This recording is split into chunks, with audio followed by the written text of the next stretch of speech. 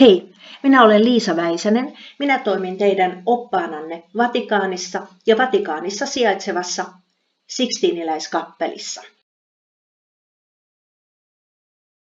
Sixtiiniläiskappeli saattaa monille olla tuttu sen tähden, että siellä kaikki tiedämme pidetään paavin vaalit.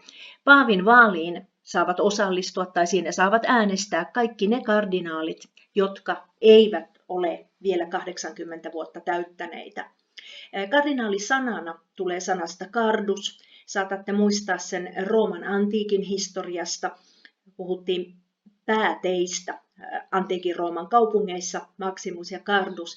Cardus tarkoittaakin tärkeää. Se on se sama, mihin törmäätte vaikkapa Suomen sanonnassa kardinaalimunaus. Se on joku tärkeä munaus. Katolisen kirkon piirissä kardinaali tarkoittaa tärkeää ihmistä, joka on edustamassa paavia siellä, missä paavi ei pysty olemaan. Kardinaalien määrä ei ole vakio, vaan heitä voi olla eri määrä aina riippuen siitä, kuinka paljon paavi heitä on nimittänyt milläkin hetkellä. Ja todellakin niin kaikki ne kardinaalit, jotka eivät ole täyttäneet 80, osallistuvat sitten tarvittaessa paavin uudelleen valintaan. Sixtiiniläiskappelin nimi juontuu sen rakennuttajalta. Se oli Paavi Sixtus IV, joka rakennutti tämän kappelin 1475 ja 1481 välisenä aikana.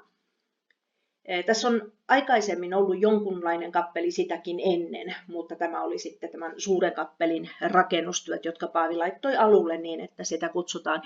Molemmat nimet on ihan hyväksyttäviä ja niitä kuulette. Sixtiiniläiskappeli tai sitten Sixtuksen kappeli.